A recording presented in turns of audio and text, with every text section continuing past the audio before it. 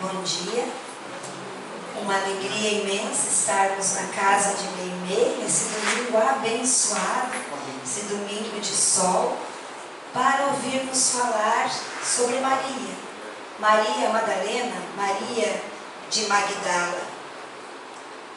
Ninguém lhe conhecia a origem. Ela apareceu em Magdala, justamente numa ocasião em que a cidade ela regurgitava visitantes. Os visitantes vinham de todas as partes, vinham das festas de Jerusalém, caravanas vinham carregadas de especiarias do Egito. Os palácios lá em Magdala se erguiam ao longo da praia, entre os leques das palmeiras e as sombras dos jardins. Então, nas ruas, nas calçadas, trafegavam não só o povo, mas também soldados de escudo e lança, publicanos, e ali circulavam entre eles, muito câmbio, os dracmas, os cestérios, os denários, os papiros cambiais. Isso é o som do hebraico, do aramaico, do grego, do latim. E também, naturalmente, essa cidade, como só ia acontecer conosco nas cidades grandes, nas cidades ditas turísticas, lá fluíam cortesãs, aventureiras, os corpos cansados. Exibiam-se então nas suas luxuosas residências. Residências essas que foram adquiridas através de noites de sofrimento e de orgia, e podemos nós acrescentar de loucura, no caminho da queda total nas valas morais. Elas chegaram e logo adquiriram a fama. Maria Madalena, logo se lhe acrescentaria o nome da cidade. Então poderia ser Maria de Cambé, Maria de Londrina, mas aqui nesse caso Maria de Magdala passaram a chamá-la. Ela era uma mulher de grandes olhos nostálgicos, de longos cabelos caídos aí sobre as espáduas, como onda escura de ouro. Depois de dolorosas, vamos dizer de rudes experiências, ela, Maria, também concebe um luxuoso palacete, favorecido aí pelos jardins, pelos pomares, roseiras, madressilvas pequenininhas. E o seu palácio, ele era procurado pelos príncipes da sinagoga, pelos opulentos senhores das terras, de escravos, da alta administração de Herodes. Lá chegavam e depositavam no regaço moedas de ouro, joias, dracmas de prata, perfumes raros, presentes, digamos, exóticos. Ela, Maria, era muito jovem, então o licor da mocidade corria nas suas veias, atraindo aí compradores ricos que a disputavam a vaidade de conseguir uma noite de prazer com Maria. E ela chegou ao ponto da sua existência de poder escolher quem lhe aprovesse. E com isso, ela se tornou detentora dos segredos dos fariseus. Aqueles que se a encontrassem, talvez na praça pública, apedrejassem. Agora, no cair da noite, envoltos num manto negro, nas horas mortas, a procuravam. A velha porta de carvalho, que dava ali a divisória para a rua, esperavam cair das sombras, acender as tochas, e aí nessa velha porta de carvalho adentravam aqueles mesmos que tinham preconceitos, aqueles hipócritas.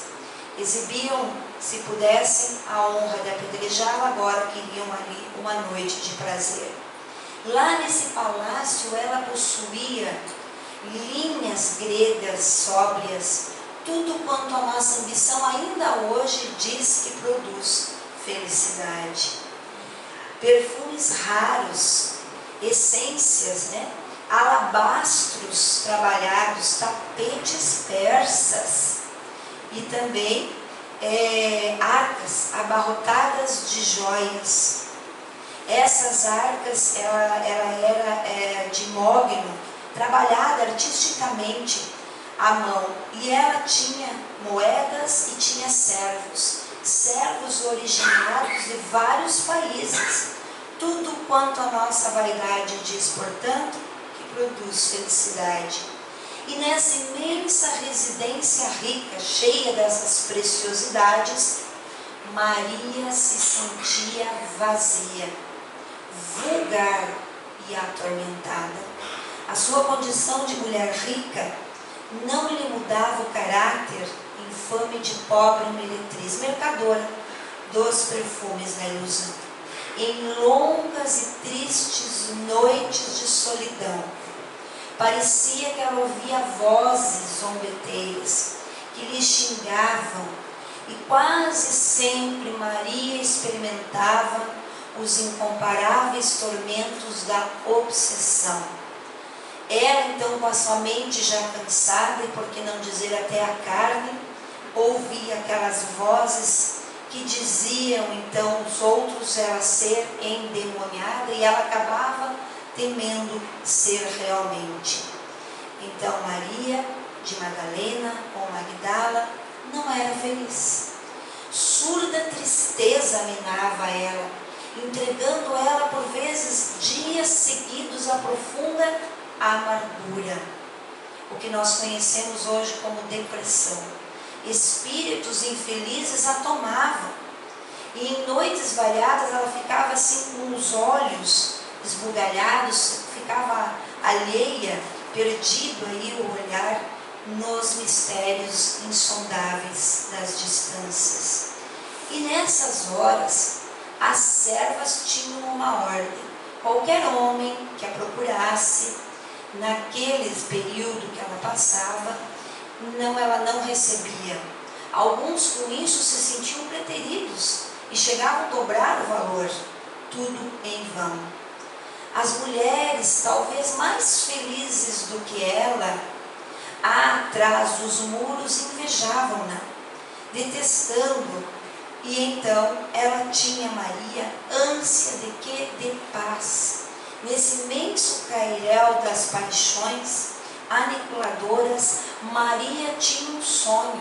Ela desejava o amor, mas o amor que ela ambicionava lá secretamente, ela sabia que não encontraria.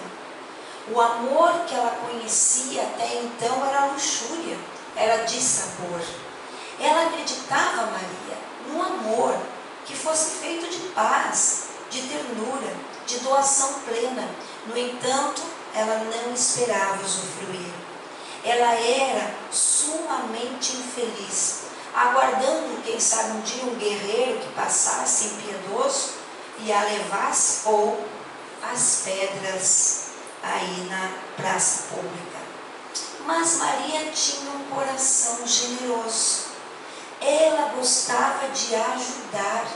Então, quando as servas tinham ordem dela de não abrir as portas naquelas noites em que os homens a procuravam e ela não tinha condições de atendê-los, ela dava uma outra ordem às servas: qualquer necessitado que bata a porta pedindo pão, pedindo agasalho, que lhe fosse ofertado, que jamais fosse negado.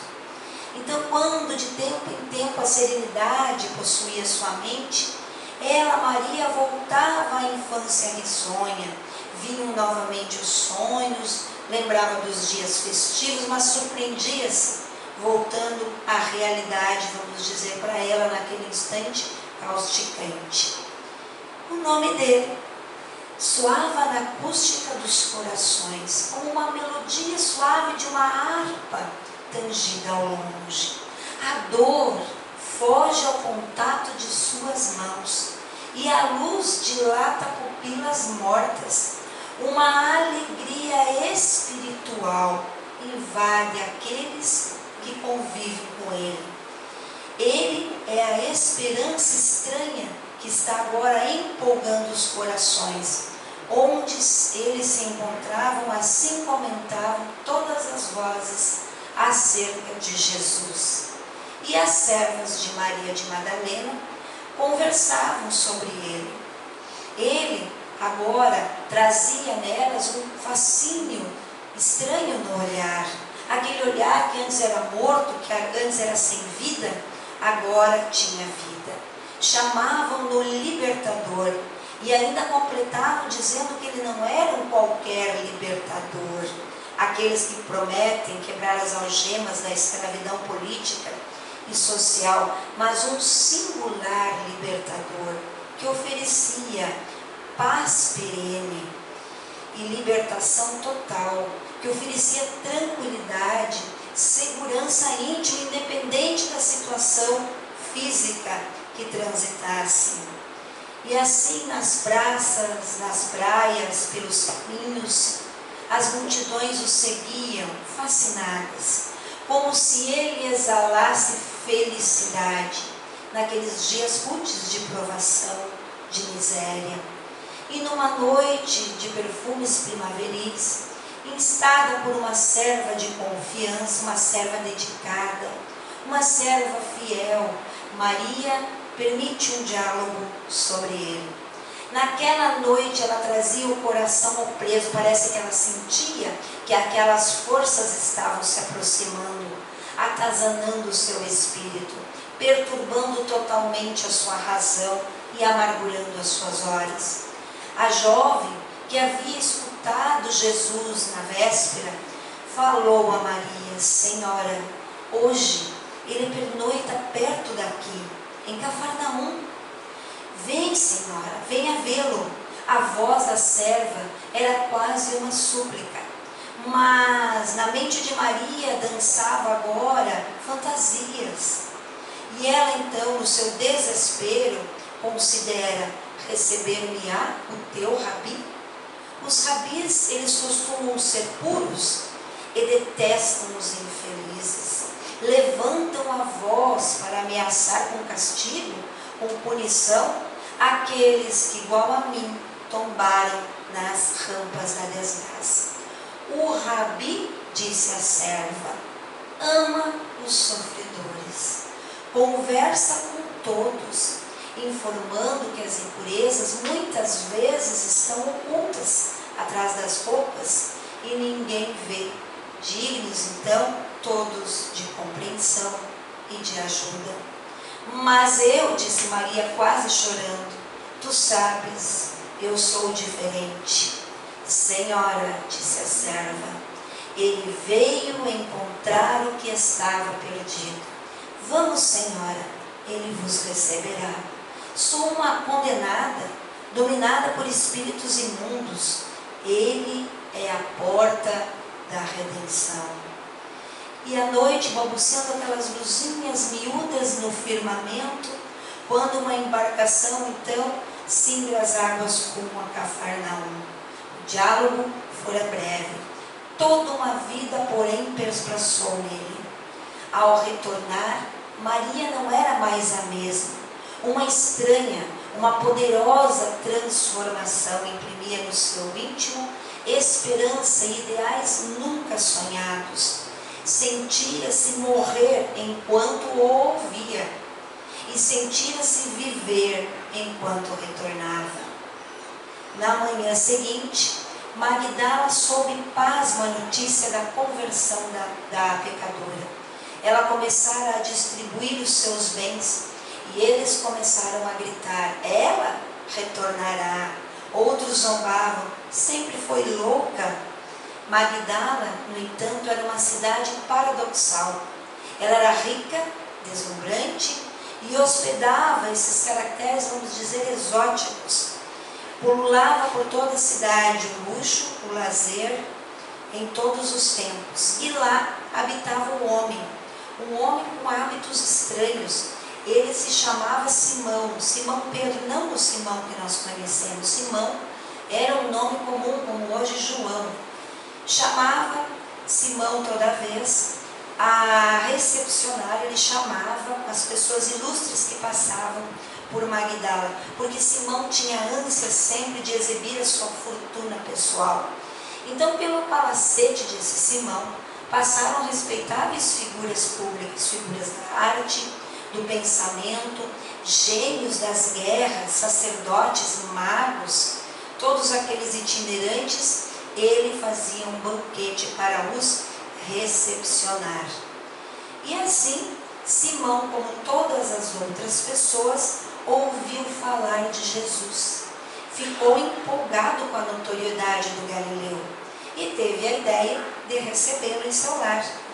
E assim, ele manda um convite, porque pensou, talvez, se ele fosse mesmo o tal libertador, tão esperado, seria prudente ser amigo desse libertador. Então ele manda um convite, sabendo que o mestre estava perto de Magdala. Os emissários vão e Jesus aceita o convite. No dia aprazado, o rabi e 2 discípulos, ante a curiosidade de todos aqueles que por onde Jesus passava se aglomeravam, ele chega à casa de Simão.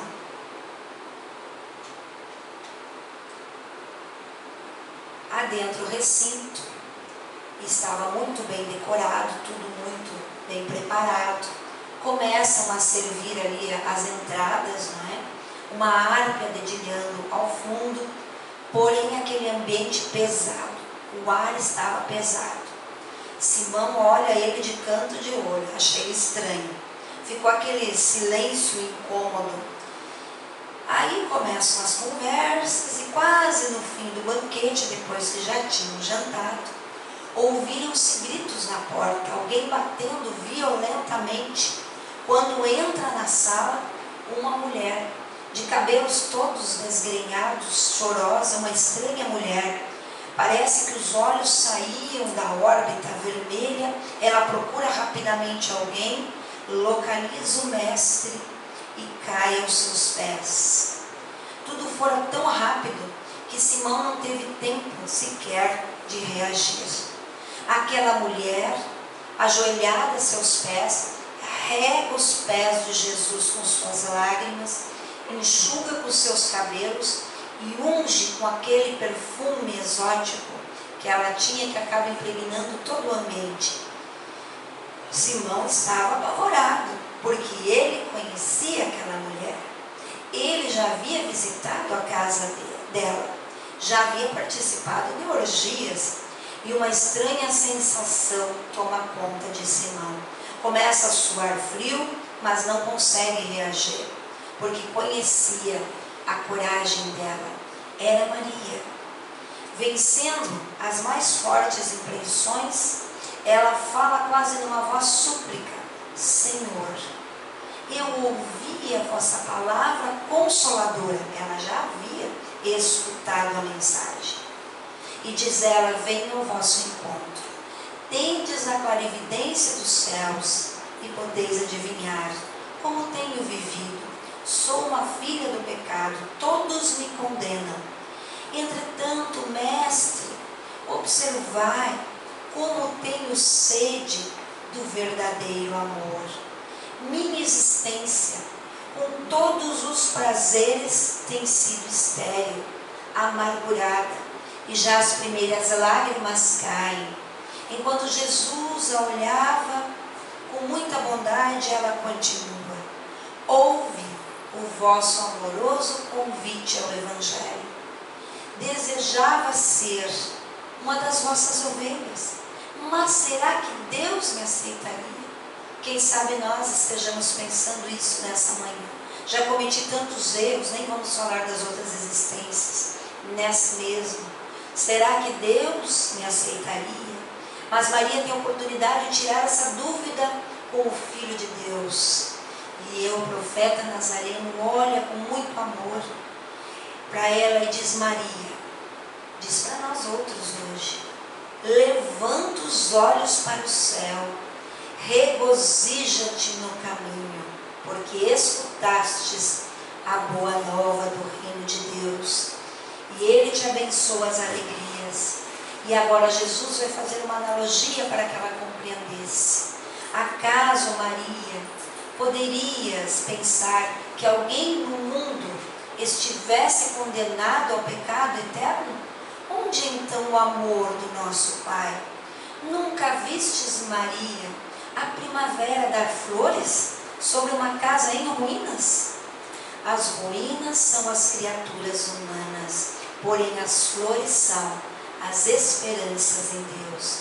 Deus, sobre todas as falências do homem, faz com que desçam as suas bênçãos paternais e acabam chamando essa criatura. E tu sentes hoje, Maria, esse sol a iluminar-te o caminho. Caminhe agora sob a sua luz, porque o amor cobre a multidão dos pecados. Sim, disse Jesus, tua sede de amor é real, porque o mundo viciou todas as fontes. É imprescindível e dá uma lição a Maria e a nós outros, que em suas sendas a virtude tem de marchar por uma porta muito estreita. O que verdadeiramente ama Maria, conhece a renúncia suprema a todos os bens do mundo e vive feliz na sua senda, e agora Jesus vai dizer para ela e para nós, senda de trabalhos, disse que não era fácil, para difícil acesso às luzes da redenção. Mas o amor sincero, ele não exige essa satisfação passageira, que se extingue no mundo com a primeira ilusão. Aí ele dá uma orientação para Maria. Trabalha, Maria. Trabalha sempre, sem amargura, sem ambição, porque só o amor que renuncia sabe caminhar para a vida suprema. Maria escutava bebendo aquelas palavras. E ansiosa agora por compreender inteiramente o que o mestre lhe dizia, ela faz uma outra pergunta. Mas só o amor pelo sacrifício poderá saciar a sede do coração? Jesus balança a cabeça afirmativamente e diz: somente o sacrifício contém o germe divino do mistério da vida.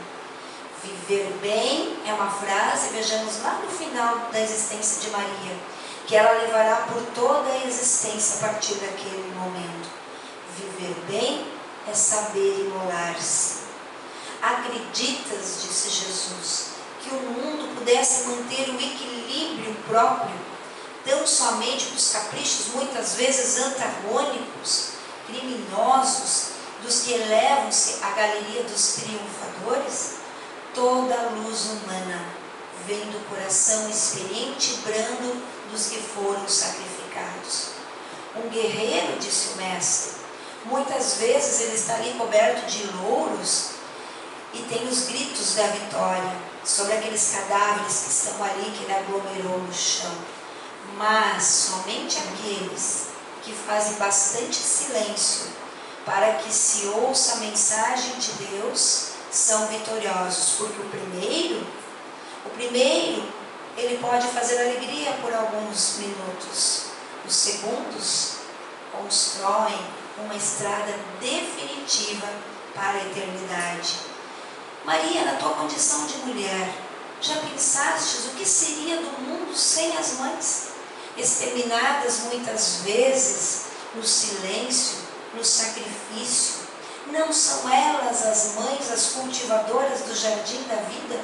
Nesse jardim onde travam a batalha, muitas vezes num campo florescido, o campo se cobre de lama, de sangue. Entretanto, na tarefa silenciosa, os corações maternais não se desesperam e reedificam o jardim da vida, imitando a providência divina, que espalha sobre um cemitério os lírios perfumados de seu amor. Maria ouvia aquelas advertências e começa a chorar. Desgraçada de mim, que não poderei ser mãe. Então Jesus atrai ela brandamente a si e diz: e qual das mães, Maria, seria maior aos olhos de Deus? A que se devotou somente aos filhos de sua carne, ou a que se consagrou pelo Espírito aos filhos das outras mães? Observando que Maria lhe estava agora constrangido porque aquela conversa toda estava incomodando Simão Pedro, ele diz para Maria e para nós: vai, sacrifica-te e ama sempre. Longo o caminho, difícil a jornada, estreita a porta, mas a fé remove obstáculos. Nada temas, é preciso crer somente. Então, a partir daquele encontro, todas as tardes, ela estava junto com a multidão, ajudando aquelas crianças que queriam se aproximar, ou as mães que tinham muitas crianças, os enfermos. Aí ela dava a mão aos cegos, aos trôpegos.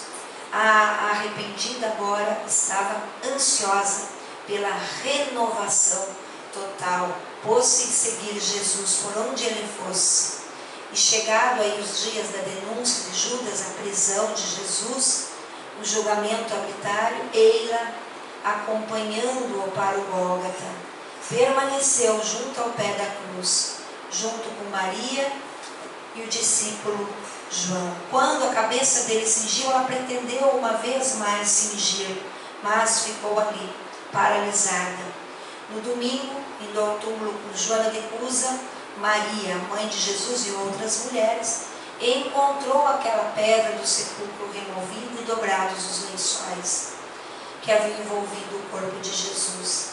Ela temeu, e enquanto os outros saíram, ali ela permaneceu.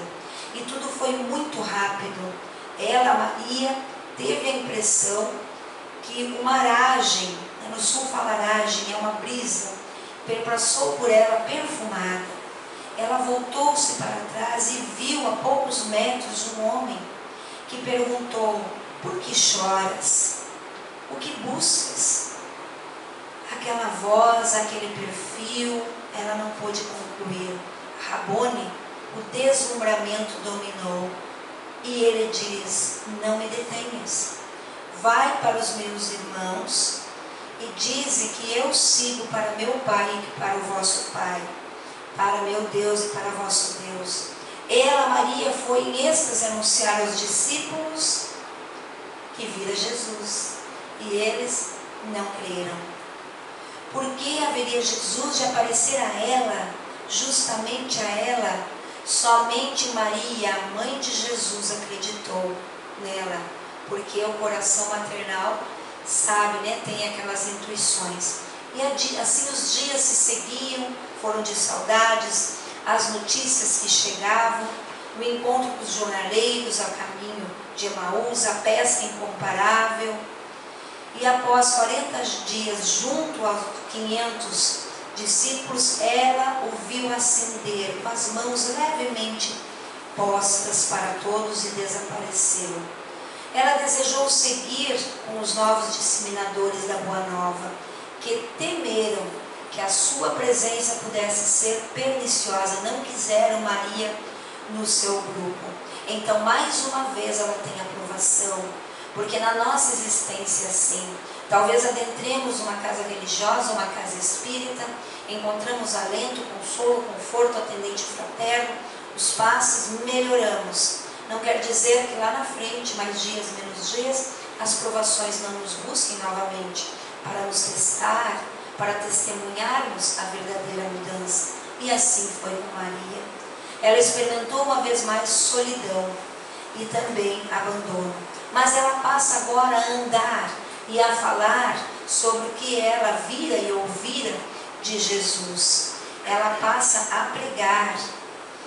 Ali foram sofrimentos naqueles dias. Então agora ela compreende, quando ela é abandonada, que ela palmilhava o tal caminho estreito que Jesus havia dito. Mas onde ela ia, ela levava a confiança. Por vezes ela chorava sim de saudade, mas sempre confiante. Certo dia, ela estava ali quando chega um grupo de leprosos.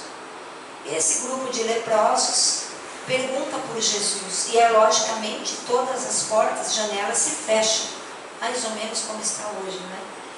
E aí nesse caso ela tem de comunicar a eles que o Rabi já não estava mais entre eles.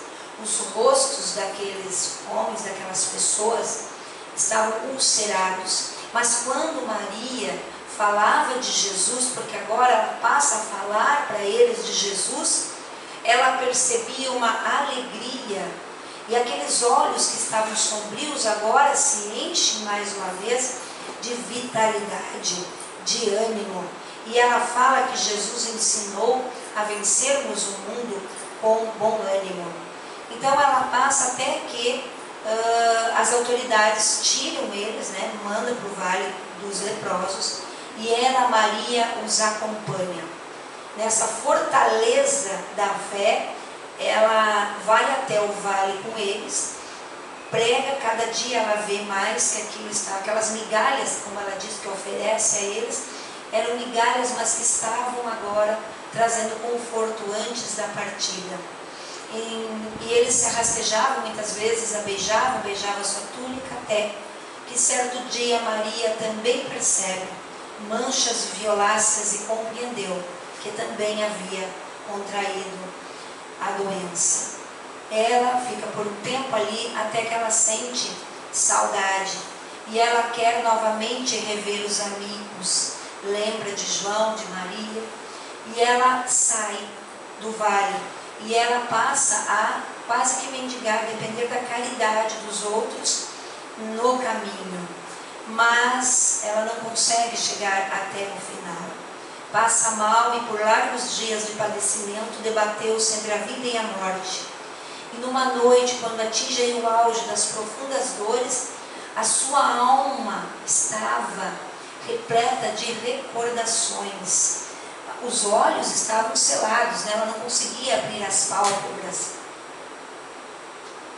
Então ela via com os olhos da alma os locais por onde havia passado.